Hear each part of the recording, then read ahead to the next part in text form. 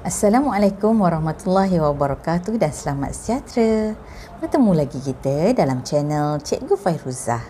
Hari ini, Cikgu akan berkongsi dengan anda perniagaan SPM tingkatan 4. Jom kita tengok apa yang Cikgu akan kongsikan dengan anda.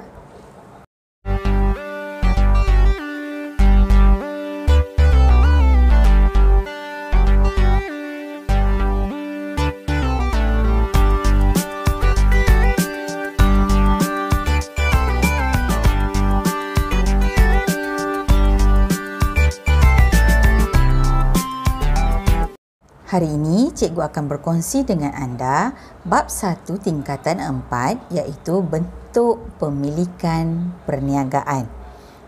Okey. Bentuk pemilikan perniagaan ini terbahagi kepada 6. Okey, bentuk yang pertama ialah milikan tunggal. Yang kedua, perkongsian. Yang ketiga, koperasi. Yang keempat, syarikat awam berhad. Yang kelima, syarikat sendirian berhad. Yang keenam, bentuk-bentuk lain dalam pemilikan perniagaan. Jom kita tengok. Hari ini, Cikgu akan berkongsi dengan anda bentuk milikan tunggal.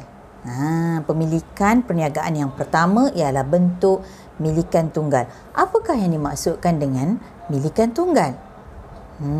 Milikan tunggal ditubuhkan, dimiliki dan dikawal oleh seorang individu sahaja.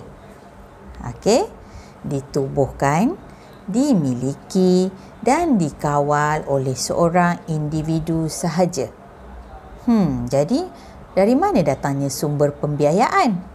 Sumber pembiayaan milikan tunggal ini diperolehi daripada simpanan sendiri, pinjaman dengan sanak saudara, agensi kerajaan seperti MARA, Tekun dan sebagainya, dan institusi kewangan iaitu bank. Okey? Alright. Perniagaan milikan tunggal ini mestilah didaftarkan di bawah Suruhanjaya Syarikat Malaysia. Mesti mendaftar perniagaan milikan tunggal. Okey, daftarkan di Pejabat Pendaftaran Perniagaan Suruhanjaya Syarikat Malaysia SSM dalam tempoh 30 hari bermula dari tarikh memulakan perniagaan. Okey, kita tengok sikit apakah tugasan yang dilaksanakan oleh SSM ini. SSM ini menjalankan aktiviti penguatkuasaan dan pemantauan yang komprehensif bagi memastikan perkembangan positif sektor korporat dan perniagaan dalam negara. Untuk maklumat lebih lanjut, anda boleh layari laman sesawang www.ssm.com.my. Okey, dah tahu apa itu milikan tunggal? Okey, kita pergi seterusnya. Okey, bagaimanakah proses pendaftaran perniagaan milikan tunggal ini? Okey, yang pertama, pemilik mestilah mendaftar dengan pendaftar perniagaan. Okey, SSM tadi itulah. Okey, bagaimanakah proses pendaftaran penubuhan perniagaan ini? Okey, yang pertama, kita mestilah mengisi borang carian nama atau lebih dikenali sebagai borang PNA 42. Kita kena register dahulu nama kita dalam borang tersebut, nama perniagaan yang kita nak tubuhkan itu. Okey, contohnya sama ada nama sendiri ataupun menggunakan nama trend. Nama sendiri tu mengikut surat beranak lah. Contohnya dalam surat beranak, dalam IC namanya Ali bin Abu. Jadi anda nak buka kedai runcit Ali, berdasarkan nama dalam nama sendiri dalam surat beranak ataupun kad pengenalan tersebut. Okey, ataupun anda nak menggunakan nama trend iaitu contohnya Ali Maju, Ali Power, kan? Contoh nama kedai macam tu. Okey, jadi semua itu dibuat dalam borang carian nama. Sama ada cadangan nama kita tersebut diterima, diluluskan ataupun di-reject. Di-reject ni bukan apa, tak nak nama tu nama yang terlalu lucah ke, buruk sangat ke, ataupun nama tu dah ada orang pakai, dah pernah diregisterkan. Jadi tak boleh sama. Okey, jadi dia akan reject, mungkin kena bagi nama lain, lagi tak lulus. Kena tunggulah nama apa yang sewajarnya diterima. Okey, kedua, lepas kita isi borang PNA 42, kita perlu mengisi borang A. Borang A ni dia melibatkan maklumat diri dan perniagaan lah. Nama tinggal kat mana, lokasi perniagaan kat mana, perniagaan ni buat apa, jual apa. Okey, semua ada maklumat tersebut dalam borang A. Yang ketiga, mestilah menghantar borang tersebut kepada pendaftaran perniagaan SSM tadi.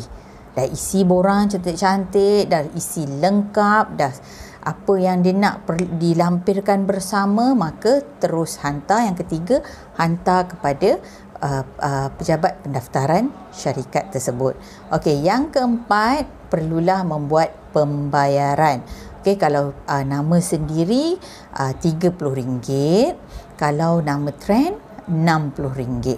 Okey, nak tahu lebih lanjut sebarang bayaran dengan SSM, kamu boleh layari www.ssm.com.my tadi itulah ya.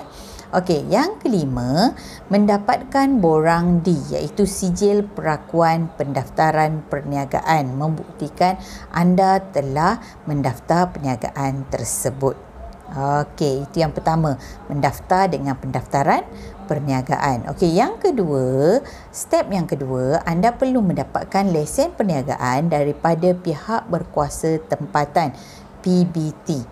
Okey, kerana anda tertakluk dengan Akta Pendaftaran Perniagaan 1956 pindaan 1978.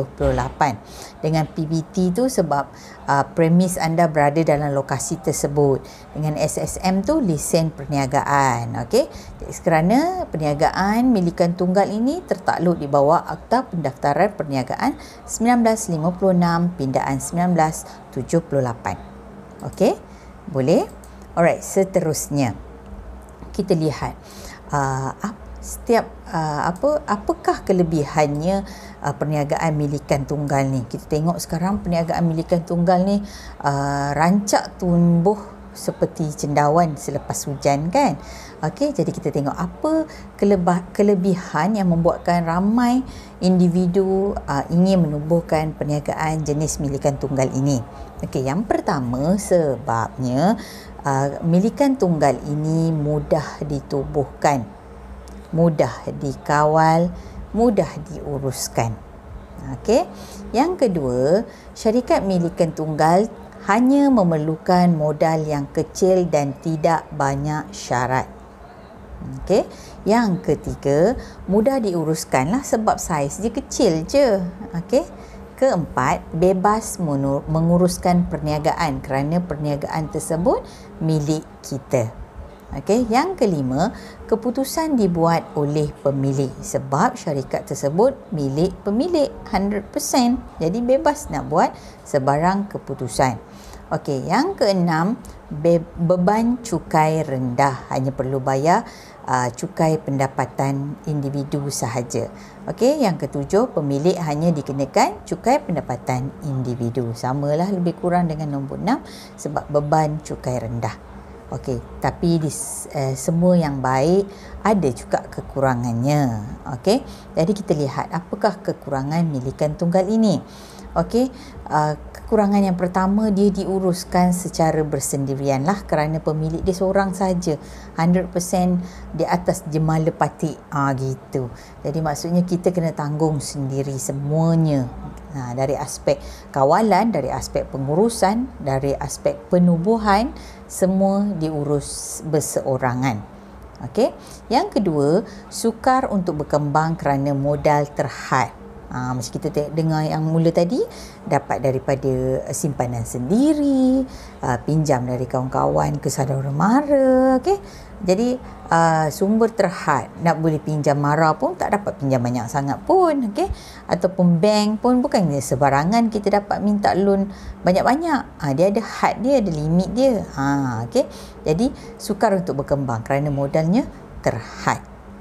Okey, yang ketiga, beban kerja semua ditanggung oleh pemilik kerana tiada pembahagian dan pengkhususan kerja. Sebab syarikat tu milik dia seorang, dialah yang buat semua. Okey, beban kerja tu banyak lah. Okey, yang keempat, perniagaan tidak diteruskan. Sekiranya pemiliknya meninggal dunia, perniagaan tersebut berhenti, tamat begitu, sampai di situ sahaja. Dia tak boleh sambung turun-temurun, melainkan sebelum meninggal dia dah tukar nama siap-siap ke, itu lain lah. Okey, tapi kalau tak tukar nama lagi, mati tiba-tiba, meninggal tiba-tiba, jadi dia tidak dapat diteruskan. Okey, seterusnya, risiko perniagaan ditutup sekiranya pemilik meninggal dunia. Okey, yang keenam, samalah nombor 5 dengan nombor 4 tu ya, lebih kurang sama. Okey, yang keenam, sukar berkongsi kebakaran sebab dia seorang sahaja. Kalau ada benda yang dia tak tahu, tak dapat nak berkongsi dengan sesiapa. Okey, yang ketujuh, pemilik menanggung liability tidak terhad. Apa itu liability? Tanggungan. Okey, tidak terhad. Tidak terhad maksudnya sekiranya dia tidak mampu membayar hutang, maka harta atau aset peribadinya akan dirampas untuk membayar, akan diambil untuk membayar hutang-hutang yang dia tidak mampu bayar sebab dia liability tidak terhad. Itu bahayanya. Okey, alhamdulillah sampailah kita dalam segmen pengukuhan. Okey, cikgu nak nilai sama ada anda faham atau tidak ajar pada hari ini. Okey. Alright, kita tengok soalan ni. Gambar tu kan nampak tu kedai runcit Ahmad. Okey, nombor 1, soalan 1. Berdasarkan gambar berikut, nyatakan bentuk pemilikan perniagaan tersebut. 1 markah. Ini kena bagi fakta lah.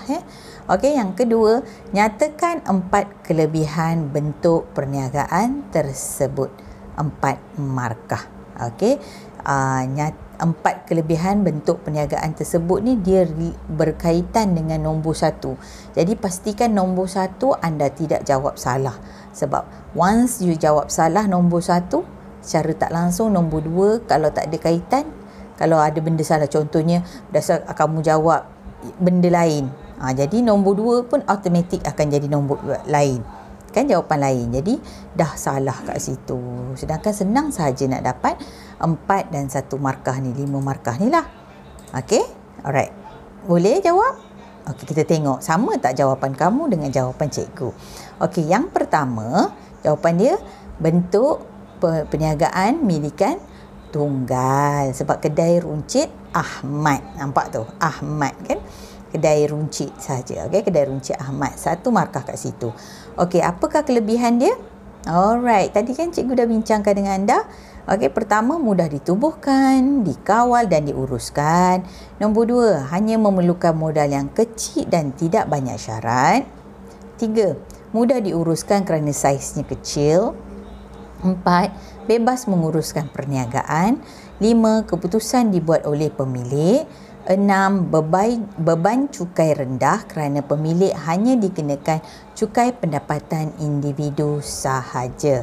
Okey, kat situ ada 6 poin kat situ tapi maksimum kamu akan dapat 4 markah sahaja. Okey, lebih tak apa, jangan kurang. Sebab lebih kalau salah satu mungkin salah, at least ada cover yang lain lah. Okey, boleh? Alright, kita tengok pula soalan yang kedua. Soalan kedua ni panjang sikit lah. Okey, jangan dalam fikiran anda jangan terus blok. Kata, oh susahnya banyak sangat ayat yang nak kena baca ni. Oh, jangan risau. kadang-kadang cerita macam ni banyak membantu anda. Okey, dia nak bagi anda faham situasi yang sebenar. Sebab tu ada stimulus macam ni. Okey, sebab dia nak bagi faham. Okey, kita tengok dulu soalan nombor 2. Encik Ali mengusahakan kedai makan yang menjual mi bandung di Jasin dengan dibantu isterinya Puan Aini. Mi bandung mereka mendapat sambutan hangat daripada penduduk dan juga pekerja pejabat di kawasan berdekatan.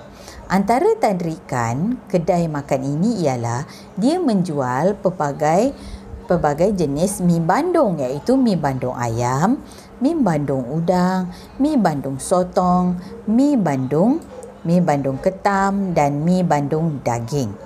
Seorang pelanggan tetapnya, Encik Ahmad, berminat untuk menyumbangkan modal dan kepakarannya.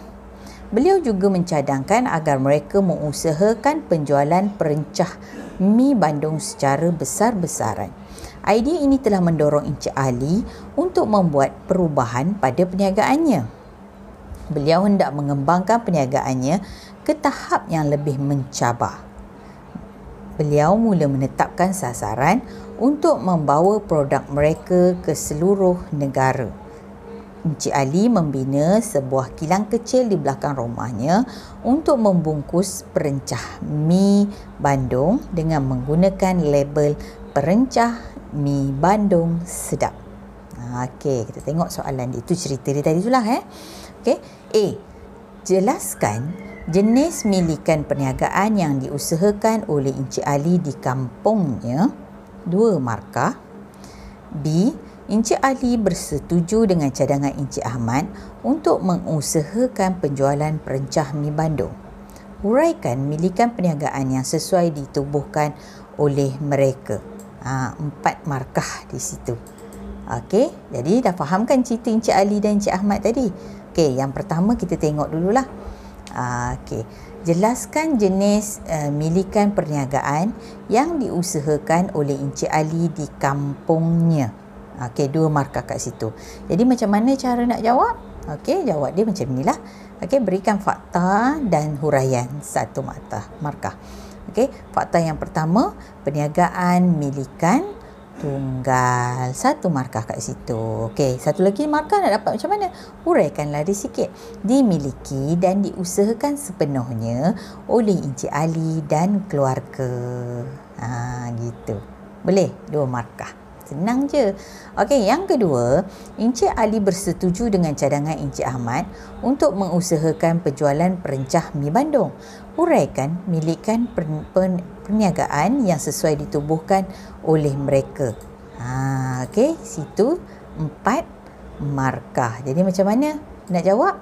Okey, kalau Encik Ali bersetuju nak bergabung dengan Encik Ahmad, ia dikenali sebagai milikan perkongsian.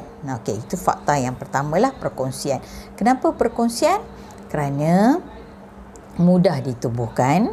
Okey, berikan ciri-ciri perkongsian untuk menyokong fakta kita bagi tadilah, iaitu perniagaan jenis perkongsian. Okey, apa ciri-ciri dia? Mudah ditubuhkan. 2 hingga 20 orang diperlukan untuk rakan kongsi. Jadi bolehlah dia dan Encik Ali dan Encik Ahmad dah 2 orang. Sebab milikan tunggal ciri dia seorang saja. Kalau 2 dah masuk perkongsian. Okey, modal lebih besar sebab apa? Sebab dah ada 2 orang. Kalau ini 10,000, Ahmad pun keluarkan 10,000, Ali 10, Ahmad 10, dah jadi 20,000.